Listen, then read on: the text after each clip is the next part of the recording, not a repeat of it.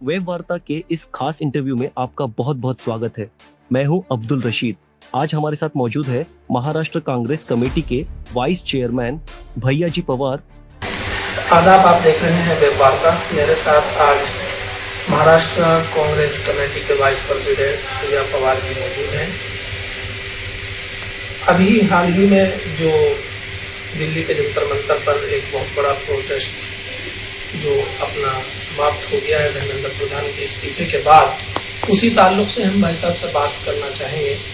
जी पवार साहब, आपसे जो ये प्रोटेस्ट हुआ है जैन का, इसको आप किस तरह से देखते हैं? इस समय देखा जाए तो एक कोई ऐतिहासिक प्रोटेस्ट है। जहाँ तक भारतीय जनता पार्टी जो अहंकार में थी कि हमारे सरकार में इस्तीफे नहीं होते, मोदी सरकार में इस्तीफे नहीं होते। दरअसल इस्तीफे इसलिए नहीं होते हैं क्योंकि लोगों ने पूरा मैंडेट दिया हुआ है और पूरा मैंडेट का किस तरीके से उनको गलत तरीके से उसका पे करना है, इसको लेके वो अगर किसी ने कितना भी गलत किया हो तो भी इस्तीफा नहीं लेने की उनकी मॉडस ऑपरेंडी रहेगी। लेकिन सच में देखा जाए तो जितना ज़्यादा पावर रहेगा उतनी रिस्पॉन्सिबिलिटी बढ़ती है। बात को मोदी जी भूल जाते हैं। तो ये जो प्रोटेस्ट था जो छात्रों ने, उनके 22 साथी, जैसा उनका नज़दीक का कोई व्यक्ति गया हो, 22 लोगों ने आत्महत्या की।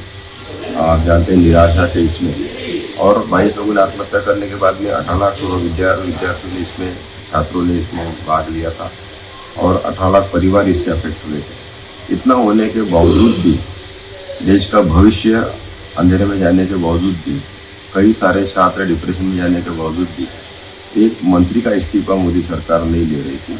इसको लेकर जब छात्रों ने आंदोलन किया तो ऐसा शायद भारत के इतिहास में बहुत कम बार हुआ है कि छात्र बड़ी मात्रा में संघर्ष के लिए उतरे, जंतर मंतर पे उतरे। और ये जो आंदोलन जंतर मंतर से शुरू हुआ, देश में छोटे मोटे शहरों के कोने में भी ये गया, और जब कोने में गया तो सरकार घबरा गई, डर गई, और डर कर फिर उन्होंने धर्मेंद्र प्रधान का इस्तीफा लिया। जैसा कि हम देखते हैं, इस आंदोलन से पहले भी राहुल गांधी जी युवाओं को लेकर के अलग अलग जगहों पर, देश के अलग अलग कोने पर वो एक युवाओं से मिल रहे हैं, बात कर रहे हैं, ख़ासतौर से यूनिवर्सिटीज़ के अंदर। तो आपको क्या लगता है, इसमें कांग्रेस की कुछ भूमिका रही है इस आंदोलन में, या आगे चल के कांग्रेस इसको कुछ आगे बढ़ाना चाहेगी? कांग्रेस का क्या स्टैंड है इसके ऊपर? लेकिन नीट पेपर लीक को लेकर कांग्रेस ने बहुत पहले स्टैंड ले लिया था। जंतर मंतर में आंदोलन या कांग्रेस जनता पार्टी, इन्होंने तो आंदोलन किए क्या, लेकिन राहुल जी की पूरी मंशा थी कि ये जो मुद्दा है ये छात्रों से जुड़ा हुआ मुद्दा है, और छात्रों के साथ में कहीं ना कहीं अन्याय हुआ है।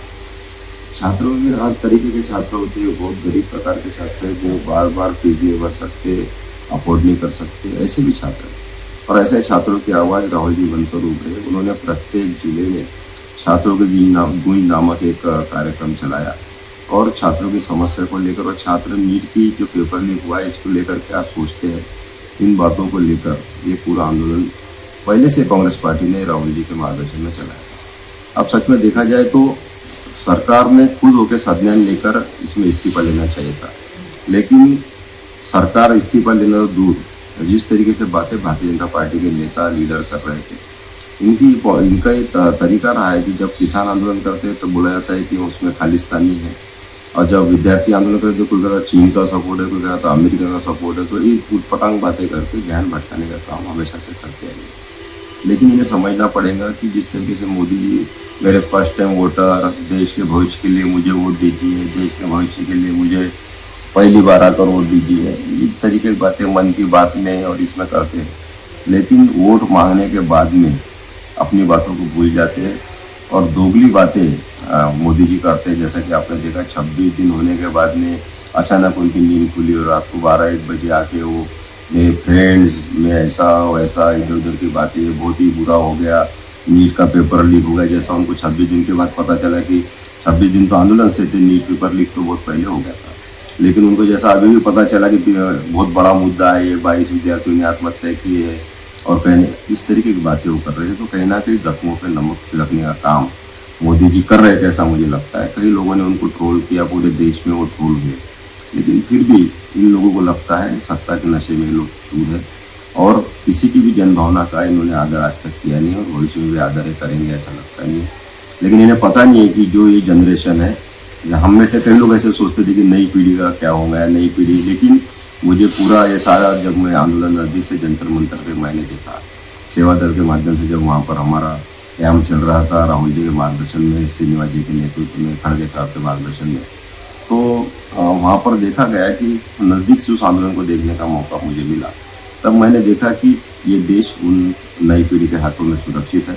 नई पीढ़ी अपनी बात मनवाने में, अपनी बात के लिए संघर्ष करने के लिए तत्पर है। उनका अपना एक अलग तरीका है जो मुझे, कम से कम मुझे तो भी कभी समझ में नहीं आया कि ये पीढ़ी क्या सोचती है।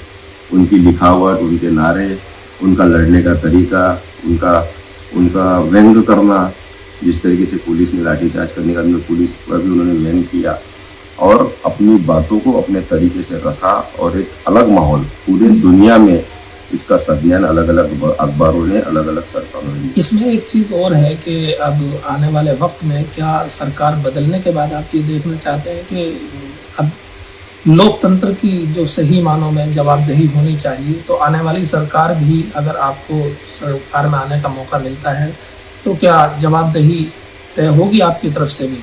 नहीं, मुझे ऐसा लगता है कि सरकार किसी की भी हो, ये मेरा वैयक्तिक है, सरकार किसी की भी हो, लेकिन अगर हम समाज में रहते तो समाज का भी हमें कुछ ना कुछ अब देना बनता है। तो इस ऐसे में सरकार कांग्रेस की हो, बीजेपी की हो और किसी पार्टी की हो, लेकिन लोगों ने अगर कुछ गलत हो रहा है तो उसको लेकर रास्ते पर उतरना चाहिए, छात्रों ने क्रांति करनी चाहिए, अपनी बातें रखनी चाहिए, ये होना ही चाहिए। ये लोकशाही के लिए एक हेल्दी परिपाटी होंगी और ये आगे भी भविष्य में बिल्कुल होना चाहिए। इसमें कुछ गलत नहीं है। सबसे पहले देश है, सरकारें आती जाती रहेंगी, लेकिन अगर कोई सरकार मनमानी कर रही है तो उसको रोकने का काम होना ही चाहिए। इसमें तो मेरी राय। जी, ये थे हमारे साथ भैया जी पवार। आप देख रहे हैं वेद वार्ता, मैं अब्दुल रशीद।